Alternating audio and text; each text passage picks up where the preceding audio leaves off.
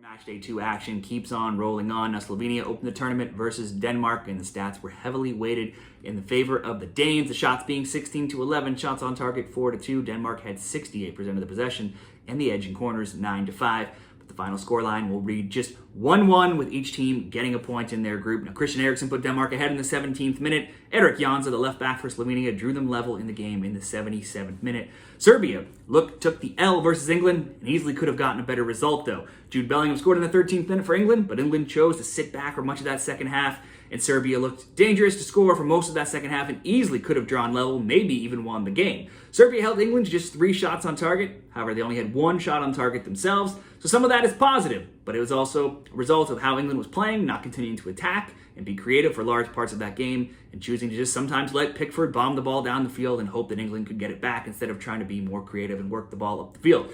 Slovenia may be one of the long shots, but they only have 2 losses in their last 22 games, and they've scored in 13 straight games and also in 20 of 21 games as well. For Serbia, in their last 18 games, they've scored in 15 of them, a total of 30 goals in that time. In fact, they've scored in all 8 qualifying games leading up to the tournament, and they also scored in 22 straight non-playoff qualifying games going all the way back to 2022 World Cup qualifying. But defensively for Serbia, they often do struggle. They've allowed a goal in 16 of their last 20 games overall. It may have taken Slovenia a while to score, but they certainly did have their chances versus Denmark in match day 1. They did almost catch Denmark a couple of times playing with a high line, and maybe some better players up top for Slovenia could have finished on a different day. They may not have a ton of scoring, but they do have 20-year-old striker Benjamin Sesko, who scored 5 goals, had 2 assists in the qualifying games for Slovenia. That's the most of any player on their team. He also had 14 goals for Leipzig this season. Serbia could be without Filip Kostic, who was injured versus England. They could also, though, welcome back Dusan Tadic, who